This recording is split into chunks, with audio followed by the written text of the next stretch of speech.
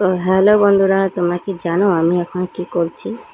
তো জানতে হলে সম্পূর্ণ ভিডিওটা দেখতে হবে। আগে বলো কেমন আছো সবাই? আমি কিন্তু ভালো আছি, হালকা ভালো আছি। তার কারণ একটু সর্দি সর্দি লাগছে। তো আওয়াজ শুনে তো বুঝতেই পারছো।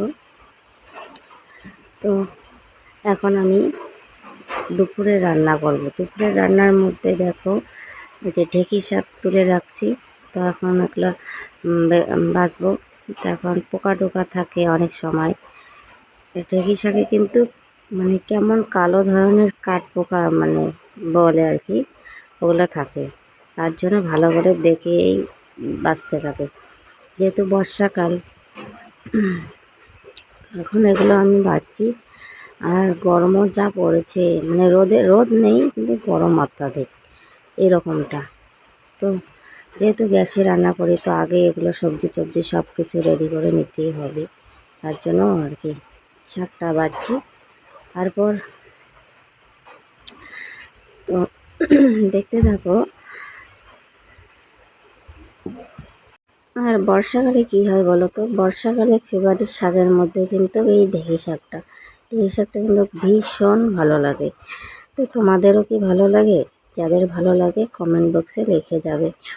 তো তারপর এদিকে আমি তরকারির জন্য আর কি পটল আর বাক্স কচু আমরা বলি, কেউ কেউ কাঠকচু বলে। তো ওগুলোকে মানে কেটে তারপর আলু সয়াবিন দিয়ে একটা তরকারি করব। এরকম তরকারি করলে কিন্তু ভীষণ ভালো লাগে, ভীষণ। তারপরের দিকে আমি শাক বসাইছি, ঢেঁকি শাকটা। তো ঢেঁকি শাকটা ভালো করে ভাজবো। যা লাগে না, ভীষণ টেস্টি লাগে। যারা খাও তারা তো জানোই, মানে আমরা খাই, আমরা জানি আর কি, সবাই জানে। তো এদিকে দেখো রান্নাঘরে আমার বিশেষ বন্ধু আসছে। কারণ রান্না করার সময় কড়াই থেকে একটু তেল পড়ছিল। দেখো এগুলো কামড় দিলে যে মারাত্মক লেভেলের একটা ব্যথা হয় কিন্তু।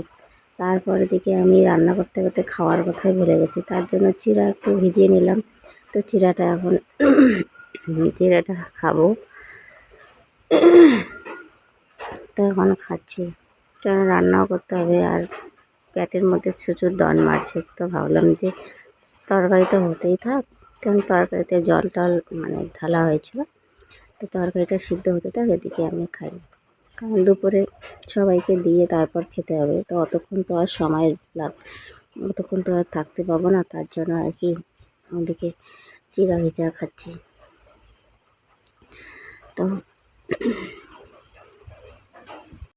তো রান্না টান্না করে ছান টান করবো। দেখো আমার রান্নাও কিন্তু কমপ্লিট, এদিকে খাওয়াও কমপ্লিট, রান্নাও কমপ্লিট। এখন কে কে কতক্ষণে খায় খাও, আমি তো একটু চিড়া খেয়েই নিয়েছি। তো ভিডিওটা কেমন লাগলো অবশ্যই কমেন্ট বক্সে লিখে যাবে কিন্তু। আর কোথা থেকে ভিডিওটা দেখছো সবাই একটু কমেন্ট বক্সে লিখে যাবে, তাহলে আমার ভালো হয়। কমেন্টটা করে তুলে ধরার চেষ্টা করব। তো এদিকে মা ছেলে বিকেলবেলা একটু ঘুরতে বেরোলাম। তো দেখো আমার ছেলে বলছে মা চলো মা চলো মা, তাই আর কি ছেলের রিকোয়েস্টে। হিসেবে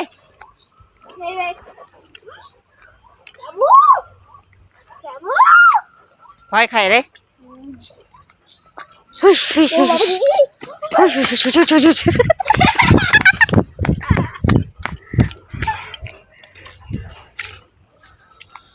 সুযোগ তো সবাই বাড়ি বাড়ি আছে আর বেড়ে আসে লাগে তোর।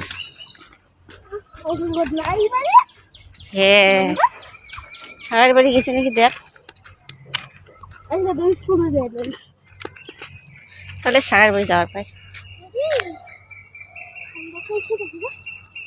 কি বসাইছে